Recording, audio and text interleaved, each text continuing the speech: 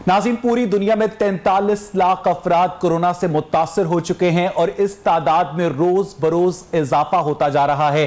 बल्कि माहिरीन ने यह भी पेशगोई कर दी है कि कम से कम 1.5 से 2 साल के अरसे तक दुनिया को इस कोरोना वायरस के साथ रहना सीखना होगा जब तक इसकी मौसर वैक्सीन नहीं बन जाती। इस वक्त पूरी दुनिया में 2.25 लाख अफराद इस बीमारी के बायस अपनी जिंदगियों से हाथ धो बैठे हैं। अगर पाकिस्तान की बात की जाए तो पाकिस्तान में केसेस की शरह में बहुत तेजी से इजाफा हुआ है और अब यह तादाद 31,000 तक पहुंच गई है।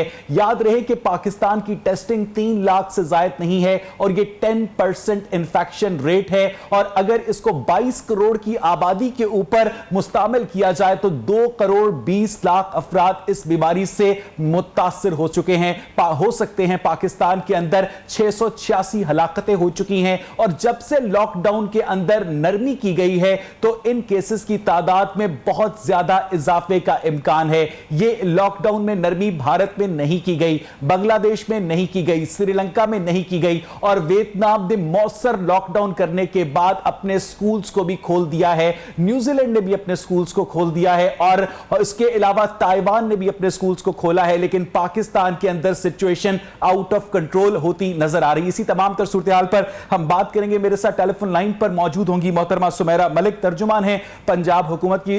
सुमेरा साहिबा, बहुत बहुत शुक्रिया आपके वक्त के लिए। Pakistan Islamic medical association, Pakistan medical association, उसके अलावा यंग डॉक्टर्स एसोसिएशन, तमाम जो डॉक्टर्स हैं वो ये कह रहे हैं कि लॉकडाउन में सख्ती करें। आप लोग डॉक्टर्स की बात क्यों नहीं मान रहे? बहुत शुक्रिया आपका, आपने मौका दिया पंजाब गवर्नमेंट का मौका बयान करने के हवाले से। सबसे पहले मैं आपको ये बात करना चाहूंगी कि इमरान खान साहब ने बड़े बोल्ड डिसीजन की है कि जो लॉकडाउन के हवाले से है, जो नरमी की गई है, क्योंकि हमने लोगों का रोजगार नहीं छीना। इस वक्त हम बहुत मुश्किल में हैं। हम ऐसी वबा से लड़ रहे हैं, पूरे पाकिस्तान में नेशनल इमरजेंसी है। आप खुद जानते हैं कि एक तरफ बीमारी है, दूसरी तरफ भूख है। तो हम लोगों ने इन दोनों चीजों को लेकर साथ चलना है। जैसे आप खुद कह रहे हैं, डॉक्टर्स ये कह रहे हैं, जब डिसीजन एनसीसी की कमेटी के अंदर होता है, नेशनल कोऑर्डिनेशन कमेटी के अंदर, तो उसमें तमाम डॉक्टर्स, पूरे पैनल, पूरी सारी चीजें मौजूद होते हैं। तो पूरे कंसेंसस के साथ सुमेरा, वो जो डॉक्टर्स होते हैं जैसे कि डॉक्टर जाफर मिर्जा हैं, डॉक्टर यास्मीन राशिद हैं, वो तो गवर्नमेंट की अपना हिस्सा होते हैं, वो तो गवर्नमेंट के पेरोल पर होते हैं। उन्होंने तो वही बात करनी है जो गवर्नमेंट को पसंद आएगी। जो इंडिपेंडेंट डॉक्टर की बॉडीज हैं वो तो इस फैसले की मुखालफत कर रही हैं। मैं आपको एक बात बताना चाहूँ, अल्हम्दुलिल्लाह पाकिस्तान के अंदर अभी वो सिचुएशन नहीं है। आप देखें, अमेरिका के अंदर 65,000 लोग मौत के मुंह के अंदर जा चुके हैं। पाकिस्तान के अंदर हमने बहुत अच्छा डिसीजन की है। पंजाब के अंदर खासतौर पे हम लोगों ने टाइमली लॉकडाउन कर दिया था, बॉर्डर को सील कर दिया था, एयरलाइन को हम लोगों ने बंद कर दिया था, क्वारंटीन की अच्छी सहूलियत हम लोगों ने दी, टेस्टिंग टाइम पे हो रही है, ये सारी चीजें टाइम पे हुई है। तो हमने इस वबा को कंट्रोल करने में हम लोग कामयाब हुए। आप देखें कि पाकिस्तान के अंदर सिर्फ 750 से लोग करीब जो है वो लोग अभी इसकी हलाकत हुई है। नहीं सुमेरा, जब आप लफ्ज सिर्फ इस्तेमाल करती हैं तो आपके नजदीक कितनी हलाकतें जो हैं आपके लिए अलार्मिंग होंगी? मैं आपको बता देती हूँ, आज पाकिस्तान के अंदर, खासतौर पर पंजाब के अंदर 83 लोग जो हैं वो रिकवर हुए हैं। और इसके अलावा नहीं सुमेरा, मैंने ये नहीं पूछा है कि कितने लोग रिकवर हुए हैं, हमें पता है कि कितने लोग रिकवर हुए हैं। मैंने सिर्फ ये पूछा कि जब आपने हलाकतों के साथ सिर्फ का लफ्ज इस्तेमाल किया कि सिर्फ 685 लोग हलाक हुए हैं, सिर्फ 700 के करीब अफराद हलाक हुए हैं, तो कितने अफराद हलाक होंगे? तो आप ये सिर्फ का लफ्ज हटा देंगी? मैं आपको एक बात बताती चलूं कि एनसीसी की कमेटी के अंदर ही एक ब्रीफिंग दी गई थी जो आप लोगों को आपके नोटिस में होगी कि पूरे पाकिस्तान के अंदर 4200 अफराद डेली मुख्तलिफ बीमारियों से उनकी हलाकत होती है, हार्ट अटैक, किडनी फेलियर। लेकिन वो बीमारियां कंटेजियस नहीं होती हैं सुमेरा। वो बीमारियां हम अपने वालिदैन को या अपने प्यारों को मुंतकिल नहीं करते हैं, वो बीमारियां कंटेजियस नहीं होती हैं। मैं आपको वही बता रही हूँ कि पूरे पाकिस्तान में 4200 लोगों की डेली अमवात होती है। लेकिन अल्हम्दुलिल्लाह मैं आपको बताऊँ, हमने टाइमली डिसीजन किए हैं। पंजाब गवर्नमेंट ने ये सारे जो कोरोना वबा जो पेंडेमिक है इसको कंट्रोल करने के लिए हमने क्वारंटीन सेंटर बनाए हम लोगों ने। इसके अलावा जो पूरे आप लाहौर के अंदर मैं आपको बता सकती हूँ 1650 जो है वो बेड कोरोना के लिए हम लोगों ने मुख्तस किए हैं, जिसमें 50% बेड अभी भी। अच्छा, ये बताइएगा कि इतनी अच्छी क्वारंटीन फैसिलिटीज बनाई पंजाब गवर्नमेंट ने, जो बाहर से मुसाफिर आते हैं दुबई से, कतर से, अमेरिका से, अगर वो अपने आप को क्वारंटीन ना करना चाहें, घर जाना चाहें, तो पंजाब गवर्नमेंट उन्हें इजाजत क्यों नहीं देती? देखिए, ये जो डिसीजन हो रहे हैं आपको भी पता है, हम सबको पता है कि जो बाहर से हमारे जो पाकिस्तानी भाई यहाँ पे आ रहे हैं तो उसको 2 किस्म की सहूलियत, अब हम आज ही नोटिफिकेशन जारी हुआ है सब जो घरों के अंदर क्वारंटीन उनको किया जाएगा, जिनकी अलामात देखी जाएंगी कि जिनको अभी -3 होंगी उनको अंदर अलामात होंगी। ये नोटिफिकेशन कब जारी हुआ है? ये आज जारी हुआ है। और उससे पहले जो स्टैंडर्ड ऑपरेटिंग प्रोसीजर था कि बाहर से जो भी आएगा उसे 48 घंटे के लिए क्वारंटीन में जाना पड़ेगा, राइट? देखिए 48 घंटे के लिए जो बाहर से हैं उनकी एसओपी डिफरेंट है, क्योंकि हमने मैं बाहर से आने वालों की बात कर रहा हूं सुमेरा, मैं बाहर से आने वालों की बात कर रहा हूं। जो बाहर से जो भी आएगा उसे 48 घंटे के लिए क्वारंटीन में जाना पड़ेगा। आज मुशीर मुईद यूसुफ साहब ने, जी ऐसा ही है ना?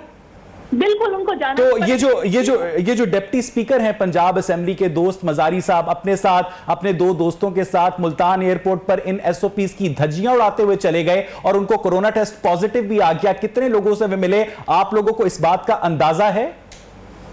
मैं आपके मुसलसल प्रोग्राम देख रही हूँ, आपने ये प्रोग्राम आपने हमारे पीछे जो तर्जुमान है उनसे भी आपने ये जी हाँ पूछा था। जी हाँ बिल्कुल, आप मुसलसल हमारे जो है, देखिए हमें पॉजिटिव चीजों को ये गलत सवाल है, ये गलत सवाल है। लोग पूछते हैं कि एक अमीर आदमी के लिए, एक हुक्मरान तबके के आदमी के लिए जो कानून है वो अलग क्यों है, एक आम आदमी के लिए गलत क्यों है? मुल्तान एक फ्लाइट आती है दुबई से, उसमें से 150 मुसाफिर उतरते हैं, 150 मुसाफिरों को आप लोग क्वारंटीन में ले जाते हैं। डिप्टी स्पीकर जो है सिर्फ अपने सरकारी ओहदे की वजह से वहां से बच निकलते हैं और उन्हें कोरोना पॉजिटिव भी होता है।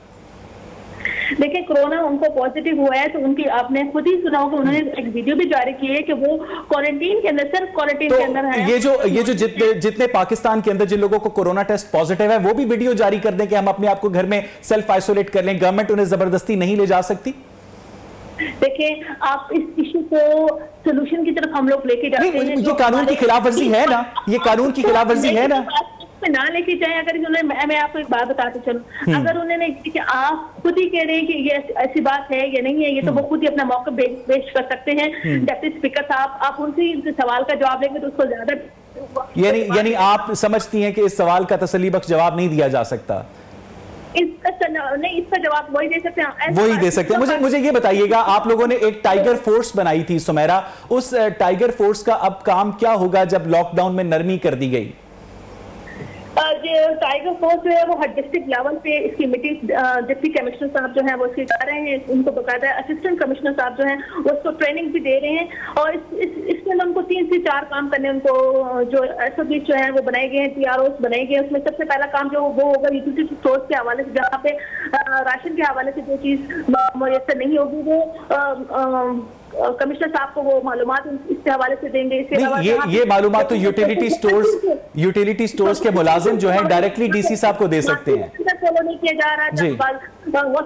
दूसरी शहरों में जो हमने नरमी के लॉकडाउन के अंदर की है और वहाँ पे सोशल डिस्टेंसिंग वायलेशन हो रही है, तो वो उस हवाले से जो है वो डिस्ट्रिक्ट इंतजामिया को है वो नहीं, ये सारी बातें सुमेरा टाइगर फोर्स बनाते वक्त उस्मान डार साहब ने बताई थी, लेकिन अब तक टाइगर फोर्स ऑन ग्राउंड नजर नहीं आ रही। और अब जबकि लॉकडाउन में नरमी हो गई है तो टाइगर फोर्स का काम तो मजीद खत्म हो गया, यानी ये फोर्स इफेक्टिव होने से पहले ही अपना मकसद खो बैठी है।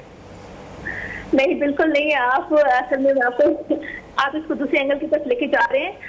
ये जो हमारे टाइगर फोर्स है ये कंप्लीट लॉकडाउन के अंदर जो है ये हमारा साथ देंगे। अभी हमने जो लॉकडाउन में नरमी की है इसमें हम लोगों ने इसके जो काम है वो अभी महदूद कर दिए गए। अभी इनको ट्रेनिंग दी जा रही है। मुख्य डिस्ट्रिक्ट के अंदर आपने देखा होगा कि अभी बहावलपुर के अंदर मैं एग्जाम्पल दे सकते हैं, उनके टीआरओ बन गए हैं, कमिश्नर साहब इनकी ट्रेनिंग। लेकिन अगर लोग एसओपीज पर अमल दरामद, सुमेरा आज आपने देखा है कि लोग एसओपीज की धज्जियां उड़ा रहे हैं। एक एक दुकान पे 20-20 लोग घुसे हुए हैं। कोई मास्क, कोई सैनिटाइजर, कोई शहरी इंतजामिया, कोई जिला इंतजामिया, कोई पंजाब गवर्नमेंट वहां पर नजर नहीं आती। पुलिस वाले पैसे लेते हैं और चले जाते हैं आगे। ये इत्तलात पहुंच रही हैं आप तक?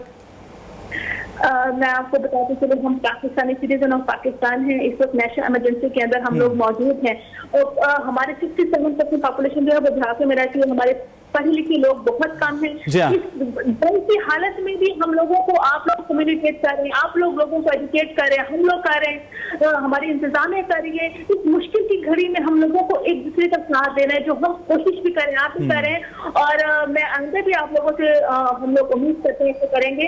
और परफेक्शन कभी भी नहीं। अच्छा, मेरे पास वक्त खत्म हो गया। सुमेरा, बहुत बहुत शुक्रिया आपके रिस्पांस के लिए। एक आखिरी छोटा सा सवाल कि अगर खानेवाल के अंदर एक शख्स को कोरोना की अलामात जाहिर हों तो वो कहां जाए? देखिए, खानेवाल के अंदर तो उस्मान गुजार साहब ने जो होम क्वारंटीन के हवाले से बताया, उसको पूरी एक डिस्ट्रिक्ट कमेटी जो है वो बनाई गई है। उसको इलाज की जरूरत है, उसको टेस्टिंग की जरूरत है, वो खानेवाल में फैसिलिटी अवेलेबल नहीं है, वो क्या करे? उसके पास पैसे भी नहीं है। नहीं, ऐसी बात नहीं है, हमारे पास पूरी फैसिलिटीज मौजूद है। अगर टोल फ्री नंबर मौजूद है, 1-3 पे कॉल वो कर सकते हैं। अगर उनको किसी भी किस्म का कोई प्रॉब्लम है तो वहां पे फिर उसे उसके घर से उठा लिया जाएगा और जबरदस्ती क्वारंटीन कर दिया जाएगा और वो वीडियो पैगाम भी जारी नहीं कर सकेगा। नहीं, ऐसा नहीं। ये इश्यूज है जो आप इसको हाईलाइट कर रहे हैं, जिसे माइनस किया हमने काफी 90% जो है पंजाब जो है बहुत अच्छे तरीके से काम कर रहा है। बिल्कुल ठीक है सुमेरा, कानून की हुक्मरानी माइनर इशू नहीं होता है, कानून का इतलाक या सब पर होता है या किसी पर नहीं होता है। बहुत बहुत शुक्रिया, आपने वक्त दिया। इस वक्त मेरे साथ डॉक्टर अशरफ निजामी साहब मौजूद हैं, सदर हैं पाकिस्तान मेडिकल एसोसिएशन लाहौर के। डॉक्टर साहब, बहुत बहुत शुक्रिया आपके वक्त के लिए। लॉकडाउन में नरमी कर दी गई है, केसेस में मजीद इजाफा हो रहा है, क्या कहेंगे आप? आपका बहुत बहुत शुक्रिया सर कि आपने मुझे इज्जत बख्शी आपके प्रेस्टीजियस प्रोग्राम के अंदर कि मैं कुछ बता सकूं। देखिए, इसके लिए हमारा एज पाकिस्तान मेडिकल एसोसिएशन जो कि हमने दुनिया से सीखा, वो हमने कोशिश की कि हम हुकूमत के लिए, उन अकाबरीन के लिए जो कि आजकल हाल में सफेद है, उनको अपना मैसेज कन्वे कर सकें। लेकिन वेरी अनफॉर्चुनेटली शायद हमें काबिल नहीं समझा गया या ये समझते हैं कि हम दुनिया से अलग अलग रहते और हमारे पाकिस्तान के अंदर शायद कुछ ऐसे बोझ भी हो जाएंगे, हम सब उससे बचे रहेंगे।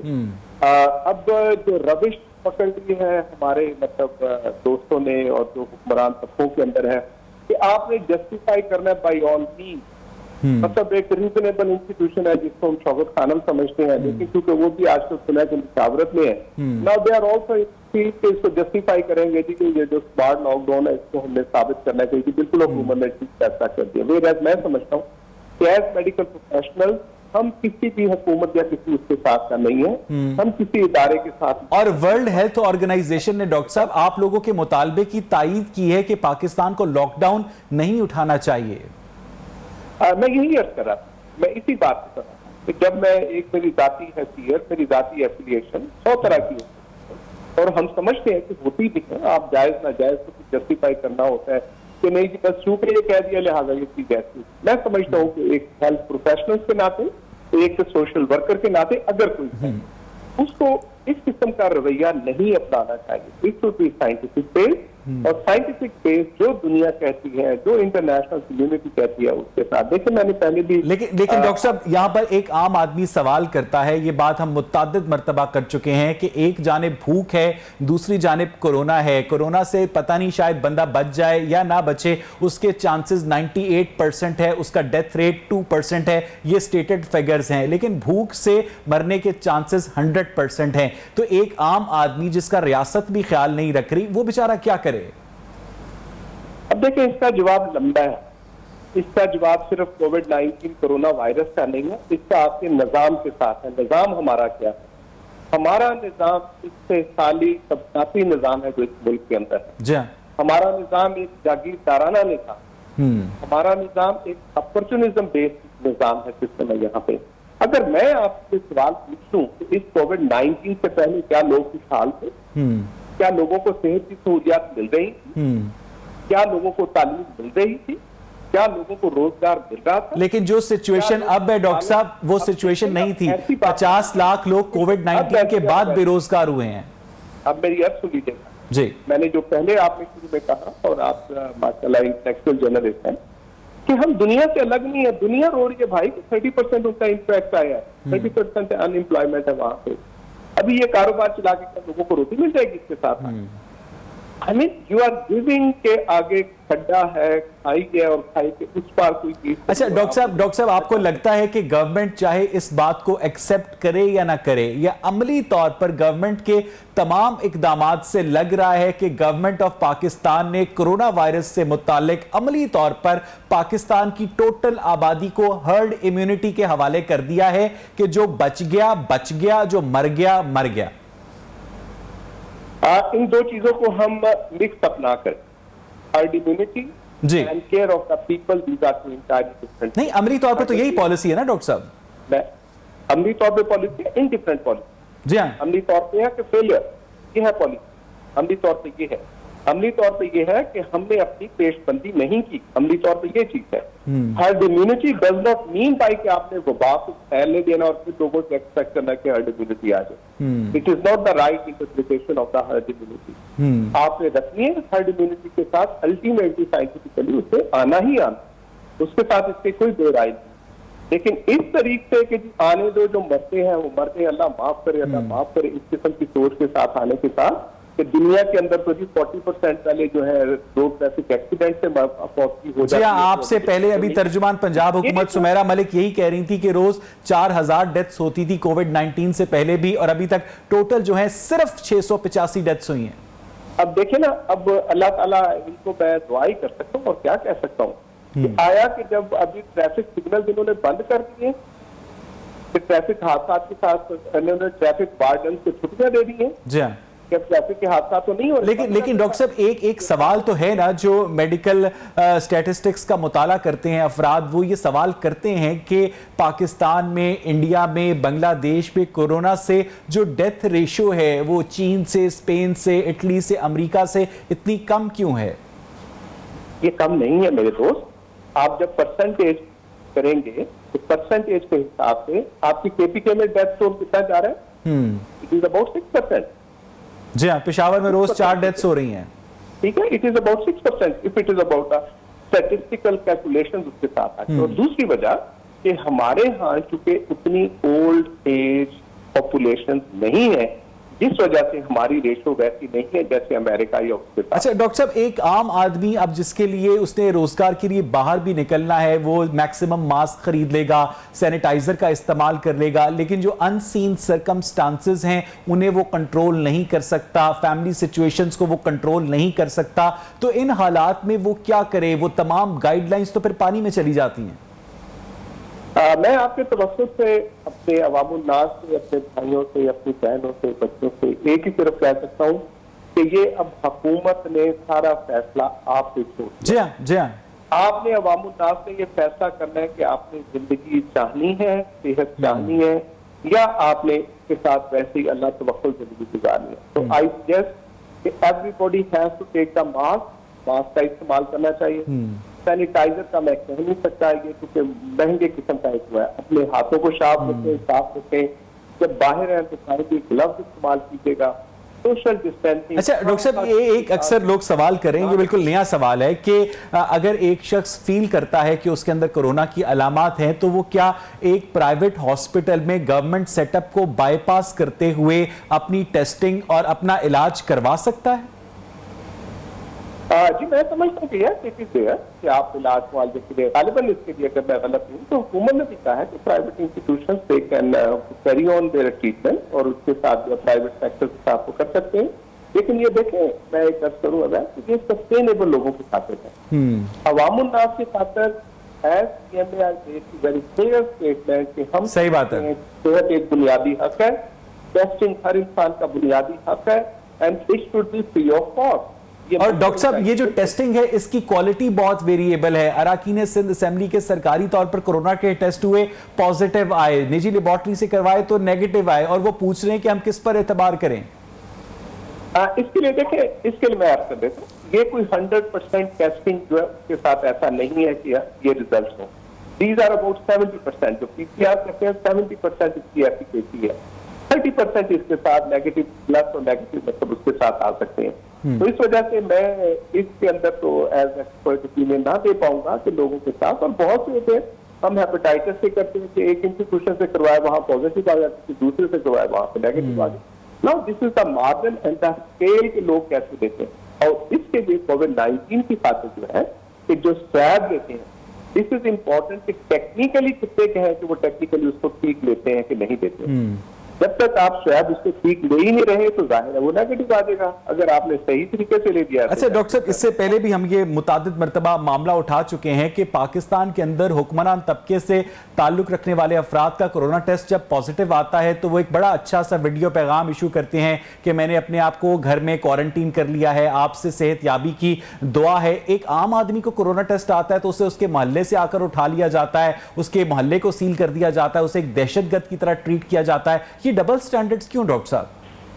आपने गालिबन मेरी वो बात नहीं सुनी जब मैंने ये कहा था कि हमारा मुल्क, हमारा खिता तबकाती निजाम के अंदर जकड़ा हुआ है। उस तबकाती निजाम के अंदर एक प्रिविलेज क्लास है, एक डिप्राइव्ड क्लास है। वो प्रिविलेज क्लास जो है ये कवानीन उनके लिए नहीं है, वो कवानीन की खातिर नहीं है, बल्कि वो जैसा चाहते हैं उसको वैसे होल्ड आउट करते हैं।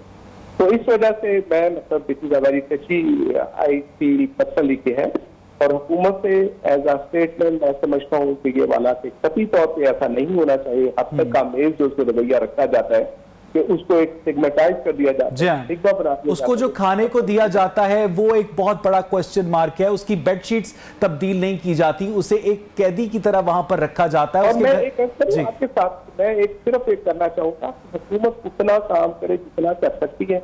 अगर नहीं कर सकती तो खामखा नारेबाजी और इस किस्म के कामों के अंदर इसे नहीं पड़ना चाहिए।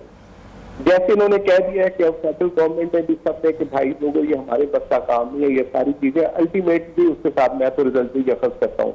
जब ये कहते हैं कि हम लॉकडाउन नहीं कर सकते क्योंकि हमारी गुर्बत की लकीरें, अब सारे फिलोसोफर ये बातें कर रहे हैं कि 25% गुर्बत है, 40% जो है बेचारों को रोटी नहीं दो वक्त की मिलती, तो भाई जिसको दो वक्त की रोटी नहीं मिलती उसको भी उसमें ऐड। अच्छा डॉक्टर साहब, मुझे एक बात बताइएगा, आप एक मेडिकल डॉक्टर हैं, अपनी फील्ड से मुताल्लिक मालूमात रखते हैं। डॉक्टर फैसल सुल्तान भी एक मेडिकल डॉक्टर हैं, अपनी फील्ड से मुताल्लिक मालूमात रखते हैं। डॉक्टर यास्मीन राशिद, डॉक्टर जफर मिर्जा, जो लोग सरकारी पेरोल पे होते हैं या सरकार के करीब होते हैं, उनकी राय इंडिपेंडेंट डॉक्टर की बॉडी से मुख्तलिफ क्यों होती है? मैं इसको बड़ा सिंपल सा करूं, आप एक इदारे के इस वक्त काम कर रहे हैं, आप एक इदारे का इंटरेस्ट लुक आफ्टर कर रहे हैं, क्या आप कोई ऐसी बात कह सकते हैं जो आपके इदारे के प्रिंसिपल स्टेटमेंट के खिलाफ हो? मेरा जाती ख्याल नहीं। तो इसका मतलब ये हुआ कि डॉक्टर्स की जो स्टेटमेंट्स हैं, मुझे दूसरी चीज मैं ये कहना चाहूंगा कि ये हजरात जो है इनके साथ जिनका आप नाम लिया कि डॉक्टर जफर मिर्जा साहब और दूसरे डॉक्टर फैसल सुल्तान साहब, ये वही टीम है कि जिन्होंने पाकिस्तान के अंदर Pakistan Medical and Dental Council की बसात जो exactly under the directions and supervision of Shehban Barki साहब। तो अभी अगेन यही अगर एडवाइस है, और पहले मैंने एक प्रोग्राम में किसी जगह पे कहा था कि वजीर आजम से रिक्वेस्ट की थी कि हद अजीज वो कायद हैं, लीडर हैं, कि खुदारा अपनी टीम को बदलें, अपनी टीम। वो तो अक्सर बदलते ही रहते हैं लेकिन रिजल्ट्स नहीं आते। बहुत बहुत शुक्रिया डॉक्टर अशरफ रिजामी आपका। नाज़रीन, मुझे यहां पर एक ब्रेक लेनी है और जब हम ब्रेक से वापस आएंगे तो कोविड-19 के हवाले से और जो सिचुएशन डेवलप हो रही है इस हवाले से अपनी डिस्कशन का सिलसिला आगे बढ़ाएंगे। Stay with us. नाज़रीन, कोविड-19 की बात हो रही थी। ब्रेक से पहले आलमी इदारा अतफाल की एक रिपोर्ट आई है जिसमें यह प्रेडिक्ट किया गया है कि दिसंबर के महीने तक पाकिस्तान में 50 लाख बच्चे पैदा होंगे। अब याद रहे कि अगर दिसंबर 12वां महीना है तो तीसरे महीने मार्च में एस्टैब्लिश होने वाली प्रेगनेंसी लोगों की इस ज़हनी कैफियत की जानिब इशारा करती है कि उन्हें इस बात का अंदाजा ही नहीं है, इदराक ही नहीं है कि वो एक इमरजेंसी सिचुएशन से गुजर रहे हैं। उन्हें जो गायनेकोलॉजिस्ट चाहिए, उन्हें जो मेडिकल सर्विसेज चाहिए, वो रूटीन की सर्विसेज इस वक्त हॉस्पिटल्स में ओवरलोडेड हैं और कहीं पर दस्तयाब भी नहीं है। ऐसे में पाकिस्तान के शहरियों से गवर्नमेंट मैक्सिमम अपील ही कर सकती है कि आबादी के ऊपर कंट्रोल किया जाए, क्योंकि इस वक्त जो आबादी इस दुनिया में मौजूद है हमें सबसे पहले उसकी जान बचाने की फिक्र करनी है। इसी सारे मामले पर बात करने के लिए मेरे साथ मौजूद है मोहतरम सरफराज कासमी साहब, डायरेक्टर है family planning association of Pakistan के। सरफराज कासमी साहब, बहुत बहुत शुक्रिया आपके वक्त के लिए। फैमिली प्लानिंग पर बात करना वैसे भी पाकिस्तान में टैबू समझा जाता है और यह भी कहा जाता है कि हर बच्चा अपना रिस्क अपने साथ लेकर आता है, लेकिन ये जो इसका थियोलॉजिकल एस्पेक्ट है इसको डिस्कस किए बगैर अगर हम कोविड-19 के हवाले से बात करें, जिसमें यह कहा गया है कि दिसंबर तक 50 लाख बच्चे पैदा होंगे, आप समझते हैं कि इस हालात में, इस वबा के दिनों में हमारी मेडिकल सर्विसेज, हमारा इकोनॉमिक स्ट्रक्चर इस बात का मुतहम्मिल हो सकता है? Thank you very much. आपने बहुत इम्पोर्टेंट टॉपिक को चुना और कोविड-19 के प्रोस्पेक्ट्स के अंदर ये बेसिकली 6 मई को जो है एक रिपोर्ट यूनिसेफ ने WHO के उससे प्रेजेंट की है, जिसमें उन्होंने कहा है कि दुनिया में 116 मिलियन जो है बच्चे वो पैदा होंगे, जिसमें से 29 मिलियन जो बेबीज हैं वो सिर्फ साउथ ईस्ट एशिया में है। और अगर उन्होंने जो उसका ब्रेकअप किया है साउथ ईस्ट एशिया का, तो वो कहते हैं कि 2.4 मिलियन बांग्लादेश में, 1 मिलियन अफगानिस्तान के अंदर है, 5 मिलियन पाकिस्तान में और 20 मिलियन इंडिया के अंदर है। तो ये बेसिकली रिपोर्ट जो आई, और आप ये देखिए एक चीज समझने की है कि जैसे ही दुनिया में कोई जल्जला आता है, कोई कुदरती आफात आती हैं, या जैसे ये अभी कोरोना वायरस, ये कोविड-19 के उसके अंदर देखिए, तो सबसे ज्यादा जो अफेक्ट होती है वो तौलीदी सेहत होती है। नौजवान लड़के लड़कियां औरतें, उनकी तौलीदी सेहत के जो मसाइल हैं, उनकी जो सर्विसेज हैं उन तक रसाई नहीं हो पाती उन खवातीन की। एक तो ये समझने की जरूरत है। दूसरा, जो पाकिस्तान का जो काउंटर है जो पॉपुलेशन का, जो कि हर 1 सेकंड के बाद अपडेट होता रहता है, वो ये कहता है कि डेली तकरीबन 16,000 बच्चे पैदा होते हैं हमारे यहाँ। इसका मतलब है कि साल में 60,47,735 लाइव बर्थ होती हैं, जिसमें से 15,28,191 जो फौत हो जाते हैं। ठीक है, ये सेल काउंटर है। कोई भी शख्स इसको पाकिस्तान पॉपुलेशन लाइव जो है काउंटर है, इसके ऊपर आता रहता है, अपडेट होता रहता है कि इस वक्त कितने बच्चे पैदा हो चुके हैं। अच्छा, सॉरी सरफराज साहब, मैं आपको इंटरप्ट कर रहा हूं। पहले तो अक्सर टेलीविजन पर इश्तिहार भी चला करते थे, अखबार में भी गवर्नमेंट इश्तिहार दे दिया करती थी, 2 बच्चे खुशहाल घराना। अब वो जो कैंपेन थी वो सरकारी सतह पर भी खत्म होती नजर आ रही है। अच्छा, ऐसा तो बिल्कुल भी नहीं है। उसकी वजह ये है कि आपको याद होगा जब ये चीफ जस्टिस साहब ने नोटिस लिया था ये डैम के ऊपर, तो डैम फंड के लिए, तो उस वक्त उन्होंने जब बात हो रही थी तो उन्होंने कमेटी कॉन्स्टिट्यूट की थी, जब उनको बताया गया कि आपको 7-8 डैम्स की जरूरत होगी जिस तेजी से आपकी आबादी बढ़ रही है। जो हशर डैम फंड का हुआ था वही इसी कैंपेन का भी हुआ सरफराज साहब। मेरी यार सुन लीजिए। अच्छा, उसमें फिर क्या हुआ कि काउंसिल ऑफ कॉमन इंटरेस्ट ने गवर्नमेंट को 8 रिकमेंडेशंस दी थी कि आप कैसे अपनी पॉपुलेशन को कंट्रोल कर सकते हैं। अच्छा, अगर आप उसमें आपको जरूरत है कि आपने फ्यूचर के अंदर शेल्टर देना है, जॉब्स देनी है, फूड देना है, सिक्योरिटी देनी है, वाटर का अपनी पॉपुलेशन को साफ पानी की सहूलियत देनी है, तो इसके लिए जरूरी है कि आप अपनी पॉपुलेशन को आप उसको इतना रखिए कि उसको मैनेज कर सकें।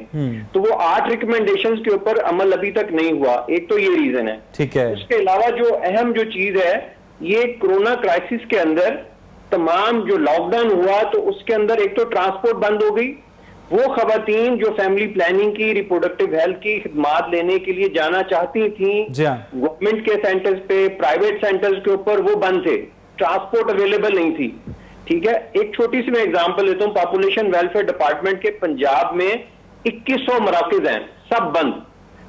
उसके अलावा हेल्थ डिपार्टमेंट के तकरीबन 46,000 हेल्थ वर्कर्स काम करती हैं, उनकी मोबिलिटी इशू हो गई, वो लोग नहीं जा सके फैमिली प्लानिंग की कमोडिटीज देने के लिए, खवातीन को उसकी तो रीजन थी ना कोविड-19। तो ऐसे में क्या अब ये सिर्फ लोगों की कॉमन सेंस के ऊपर डिपेंड करता है कि पॉपुलेशन में इजाफा ना हो?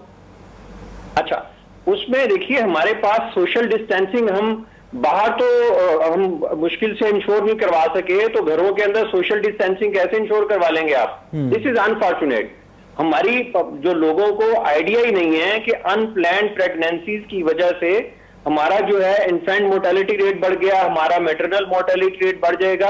अब जाहिर है जो ये वो पैदाइशें होंगी जिनको हमने प्लान नहीं किया था, और ये जब दिसंबर तक ये डिलीवर होंगे ये बेबीज, तो आपको ये सारी चीजें उनको प्रोवाइड करनी है। आपको उनको वैक्सीनेशन देनी है, आपको फूड, शेल्टर, साफ पानी, साफ एनवायरनमेंट, ये सारी चीजें आपको देनी है।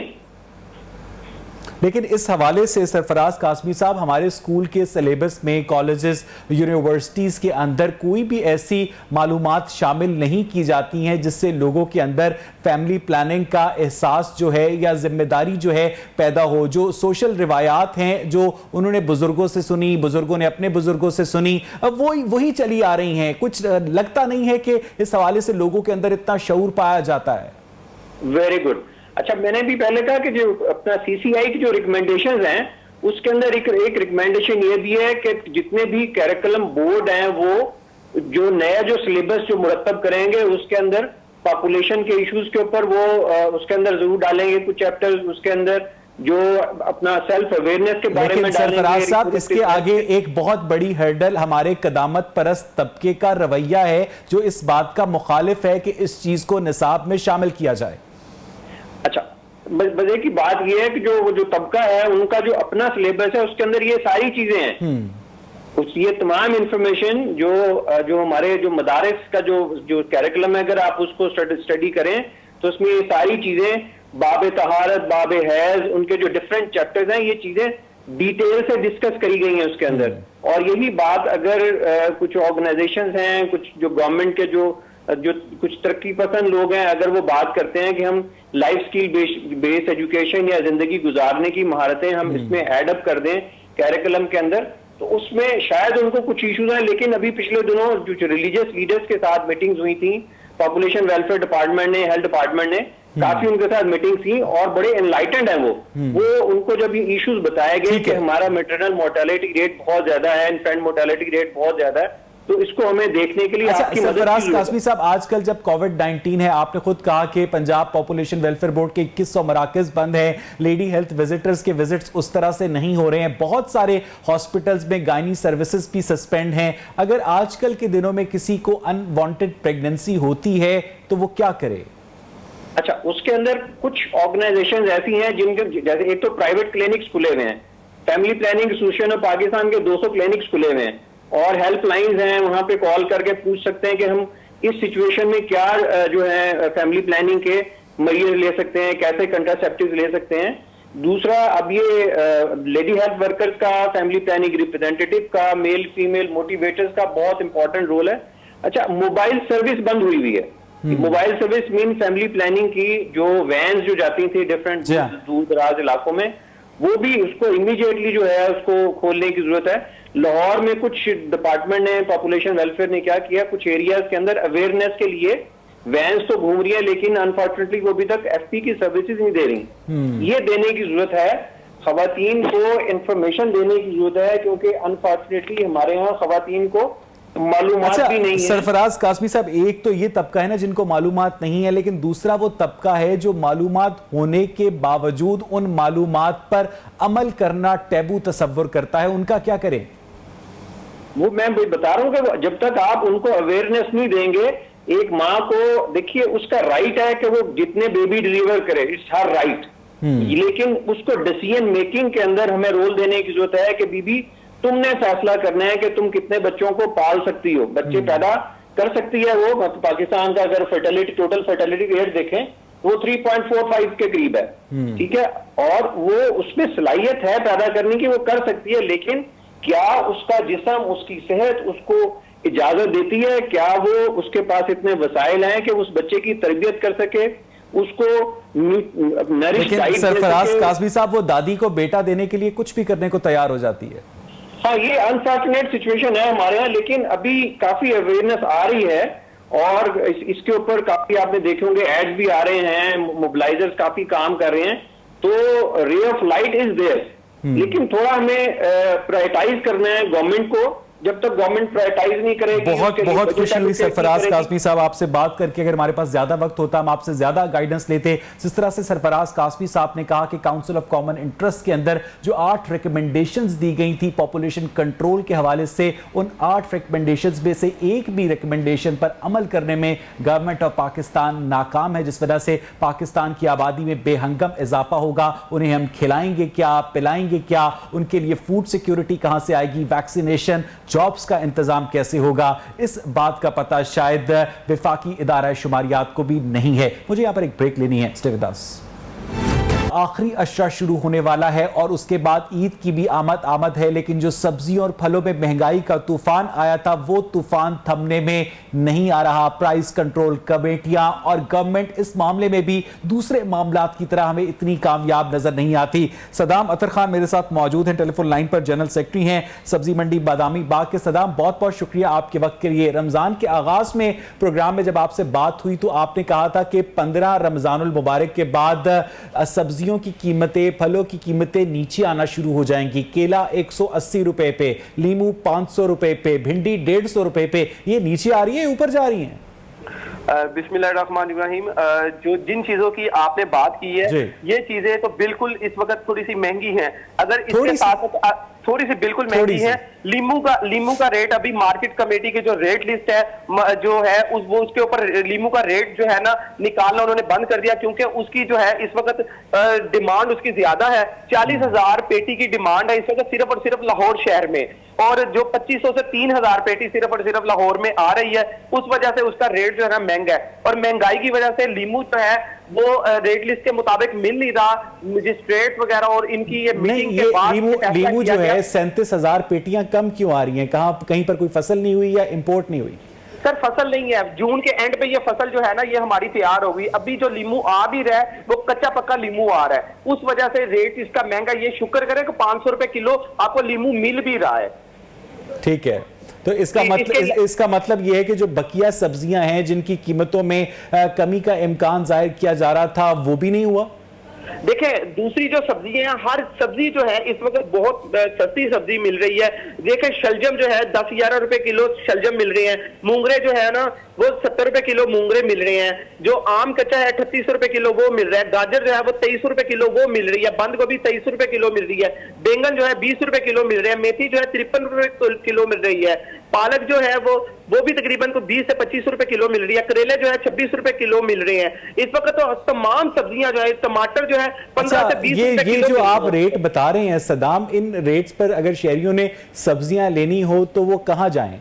सर इन रेट के ऊपर मंडी में भी सब्जियां मिल रही हैं। इसी के ऊपर 5 रुपए फी किलो के हिसाब से ऊपर आप रख के आप दुकानदारों से भी मिल सकती हैं। जो मार्केट कमेटी की रेट लिस्ट है गवर्नमेंट ऑफ पंजाब की, जो रेट लिस्ट करेले के लिए आपने रेट इस्तेमाल किया 26 रुपए किलो, इसमें 5 रुपए 36 रुपए किलो, इसमें 5 रुपए का इजाफा भी कर दें तो ये 41 रुपए बनते हैं। आज मैंने करेले का रेट पूछा है, 60 रुपए किलो बता रहे थे। सर 41 रुपए नहीं 26 रुपए मैंने बोला है, और 5 रुपए 31 हो गए, 29 रुपए ज्यादा, 60 रुपए फी किलो बता रहे थे। भाईजान वो अब गलत कर रहे हैं ना। 88 मजिस्ट्रेट इस वक्त लाहौर शहर में, सिर्फ अगर लाहौर शहर की अगर बात की, जो 88 मजिस्ट्रेट इस वक्त काम कर रहे हैं। सबसे बड़ी बात है कि अगर कहीं से अगर सब्जी और कोई फ्रूट्स वगैरह रेट लिस्ट के मुताबिक नहीं मिलता, इसका कसूरवार सबसे बड़ा उस इलाके का मजिस्ट्रेट है, उसका गिरेबान पकड़ना चाहिए। जो मजिस्ट्रेट जो है वो इन सब्जियों की कीमतों को कंट्रोल नहीं कर पा रहा, उसे कोई और काम करना चाहिए। बहुत बहुत शुक्रिया सदाम अतर खान आपके वक्त के लिए। नाज़रीन आज का प्रोग्राम आपने देखा, अपने फीडबैक से हमें जरूर आगाह कीजिएगा। प्रोग्राम देखने के लिए शुक्रिया।